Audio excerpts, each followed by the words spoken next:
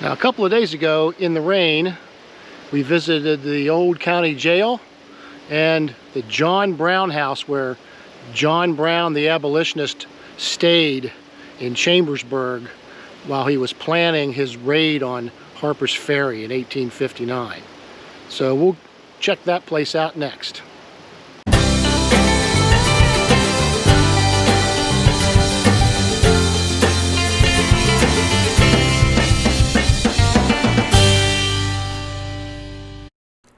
This is the old Franklin County Jail, built in 1818 and expanded in 1880. It was not replaced until 1971, a year after being placed on the National Register of Historic Places.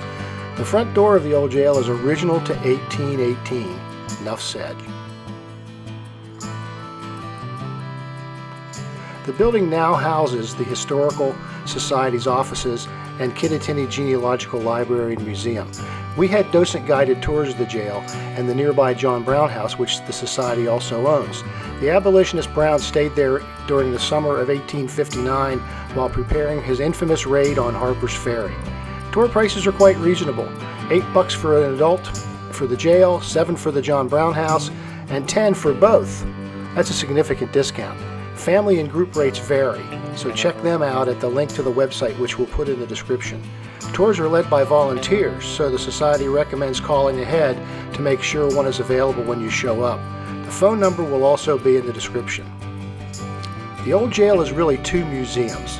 The Historical Society's diverse collection of artifacts shares space with the old sheriff's residence, offices, and cells, which are themselves a museum of the history of the punishment phase of the criminal justice system. Some of the original cells were still in use at least until the 1940s, as the graffiti showed us. I'll stop talking for a while and just let you wander around the place with us.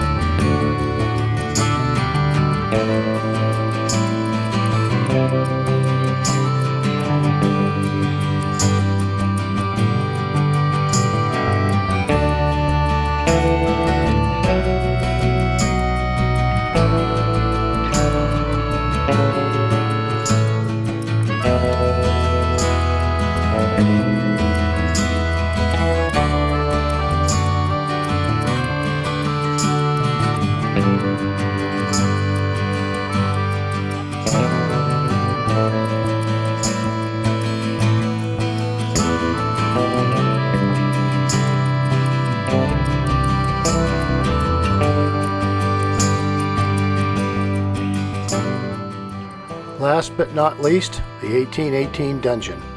Not surprisingly, the haunted jail is a huge Halloween fundraiser for the Historical Society.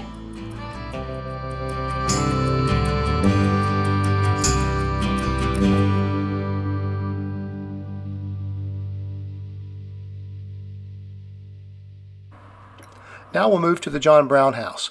In 1859, it was a boarding house owned by a widow, Mary Rittner. Brown and his followers stayed here that summer, Brown posing as a mining engineer named Isaac Smith.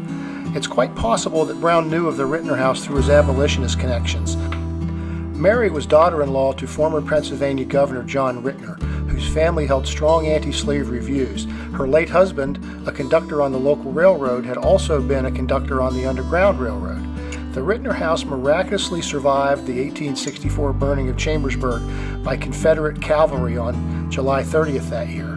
Somehow the fact that the South's ultimate boogeyman had stayed there while planning the Harpers Ferry raid escaped the rebels' notice. The building entered the National Register in 1970, the same year as the old jail, and it's also designated an authentic site in the National Underground Railroad Network to Freedom. The History Society acquired it in 2002, and they put a lot of work into it. Today it's in a lot better shape than when I was growing up here. The interior is furnished and equipped as a boarding house in the antebellum period would have been. In addition to the saga of Brown, the docent program also emphasizes the living and working conditions of a mid-19th century widow with children and what they would have had to do to stay together and keep a roof over their heads. It's a good museum, and our docent guide really knew his stuff. Our final stop on this little excursion into Chambersburg's history is at the corner of Franklin and Loudon Streets, so let's move on. We're at the busy corner of Franklin and Loudon Streets in southern Chambersburg, and this is the spot near which John Brown and Frederick Douglass met to discuss his plans, that's Brown's plans, for the raid on Harpers Ferry. Douglass urged Brown to be patient and not to make the raid when he was planning to, but Brown refused, and the results are history. And you can see we're surrounded by scenic post-industrial commercial development.